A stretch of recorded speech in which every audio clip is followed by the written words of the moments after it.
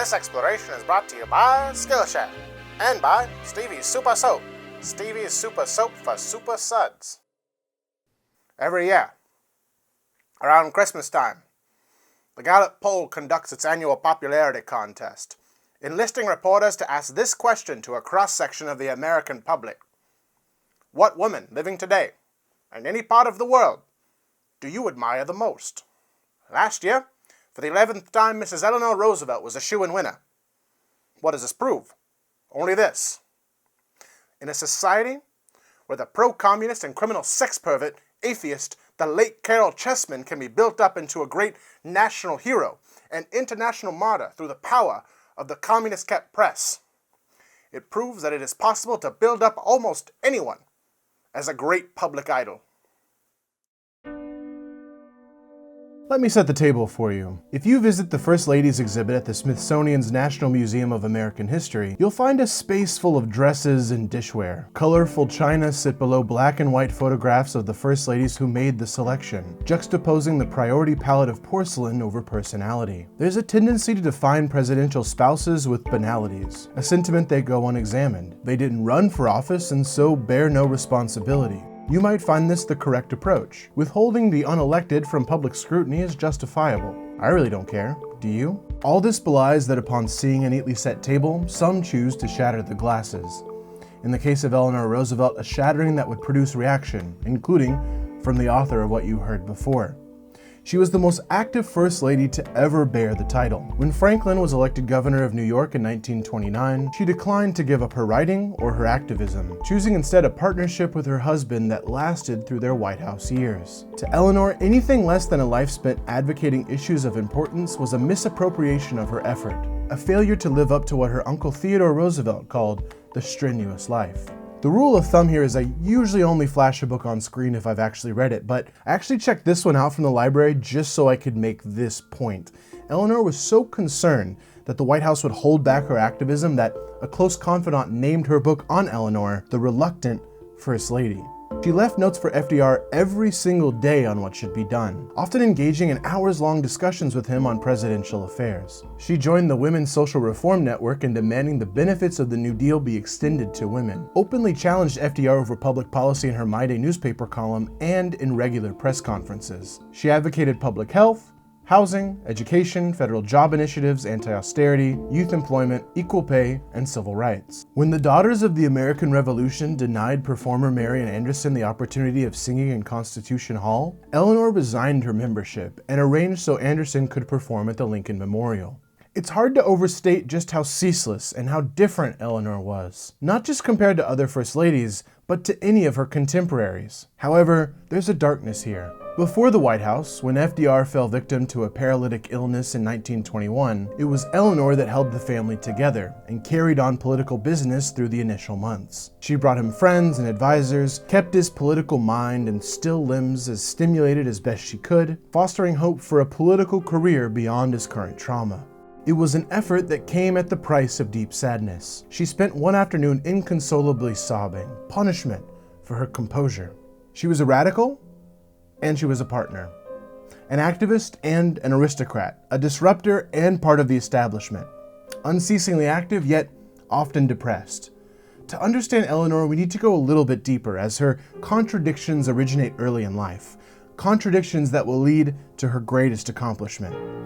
Eleanor's childhood was one of privilege and pain. Being born into the powerful Roosevelt family meant never lacking in funding or influence, but her aristocratic origins belie family dysfunction. One of her earliest experiences was, after rescue from a sinking ship, being left by her parents for being too tearful and scared to board another. Her mother, cold to Eleanor and never willing to accept parenthood over hedonism, died of diphtheria when Eleanor was only 8.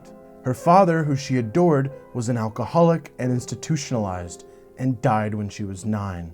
At 15, in part to keep her uncle from molesting her, Eleanor's grandmother sent her across the Atlantic to Allenswood Academy outside London. There were many rules for the girls at Allenswood. Obedience and passivity were of no value. Only curiosity and inquisitiveness brought reward.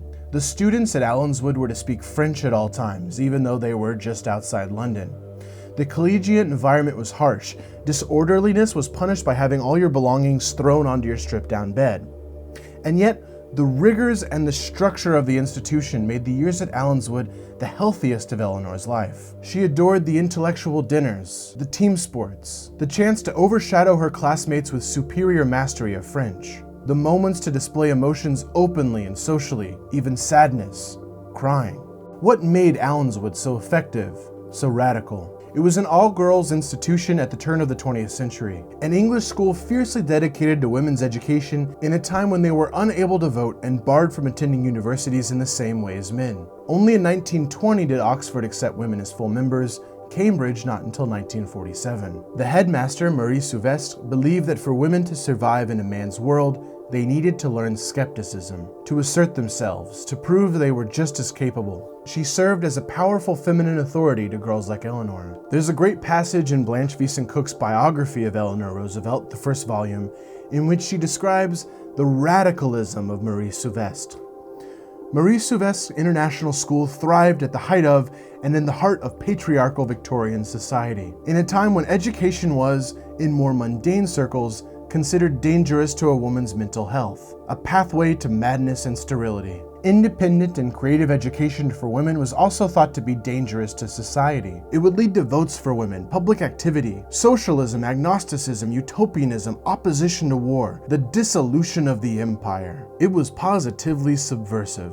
Marie Souvestre entertained it all. Her ideas were dangerous. And that's the thing. The irony of Eleanor's education is that it is an aristocratic exercise of the wealthy, sending children over long distances for disciplinarian education from stentorian headmasters. But the authoritarianism at Allenswood pushed Eleanor to oppose the status quo in society at large. In effect, the radical order gave Eleanor the tools to be a disruptor. Her inclination to be more than just a mother and hostess first lady was likely born just after her time at Allenswood, when she visited the White House of her uncle Theodore and saw his wife, Edith Roosevelt, playing the role of housekeeper within the halls of power. At the same time, she was witness to Theodore's sisters, her aunts, acting as unofficial advisors to the president. When her time came to be First Lady in 1933, she took both routes, transforming the office. But her life's accomplishments were more than just those of FDR and the time in the White House. Following Franklin's death and the conclusion of World War II, President Harry Truman asked now former First Lady Eleanor Roosevelt to be a delegate to the newly formed United Nations. Her appointment was met with great skepticism. The political establishment saw her as inexperienced, naive, and incapable as she sailed to the UN conference in 1946. Thanks to some help from the professionals at the AP archive and their partner, MovieTone, we were actually able to find some digitized newsreel footage of her arrival to share with you. It's really cool.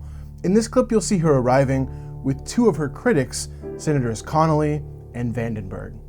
Take a look. The Queen Elizabeth, docking at Southampton, had aboard many delegates to the United Nations General Assembly. By far the most interesting arrival was that of Mrs. Roosevelt, widow of the late president. The mayor of Southampton was there to welcome her, and Mr. Stettinius, who heads the American delegation. Also in the delegation were Senator Connolly on the right and Senator Vandenberg, who is of course a representative of the Republican Party. On landing, Mrs. Roosevelt had this to say. I'm very glad to be back in England at peace, and I hope that our mission will be a successful one, and that we will set up an organization which can keep peace throughout. And Senator Vandenberg.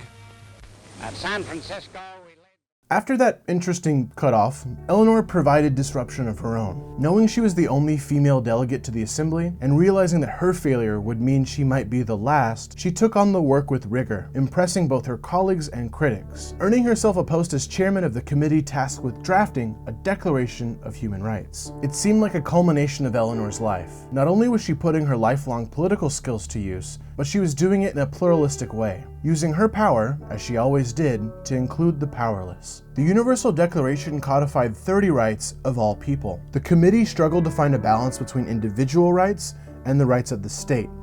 They nonetheless laid out for survivors of the world's greatest conflict that all human beings are born free and equal in dignity and rights, without any distinction of any kind.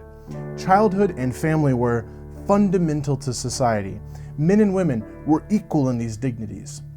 Though the drafting of the Universal Declaration of Human Rights took on a Western form, it pulled from tradition around the world, including economic and social rights not found in the French Declaration of the Rights of Man, nor the American Declaration of Independence or Constitution. Its passage through the Assembly with 48 yes votes and 8 abstentions shows the political skill with which it was maneuvered in the 3-year drafting process. It was a document of the possible. To navigate the negotiation between the committee members representing nations of various size and philosophy, Eleanor's privileged multilingual and international education was invaluable. Her political nature and seeing the inside of the Theodore and Franklin Roosevelt White Houses gave her unparalleled preparation for policymaking. But if her skills were born of privilege, her values were born of suffering, of facing insecurity, inadequacy, death, knowing the losses and obstacles life had to offer. To promise children of the world security and family, she first had to lose her own. To know that gender was of less content than character, she had to be judged on it herself. To empathize with the tears of another, she had to accept her own. To break the system, to be a revolutionary, she first had to be part of the system, to be dealt an exceptional lot in life, and, like many brilliant minds, to feel extraordinary pain. And that's the paradox of Eleanor Roosevelt.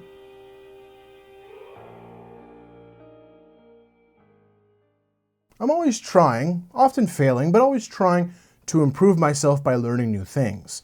That can mean distancing myself from digital distractions, social media, but it can also mean taking time that would otherwise be wasted on the internet and turning it to my advantage.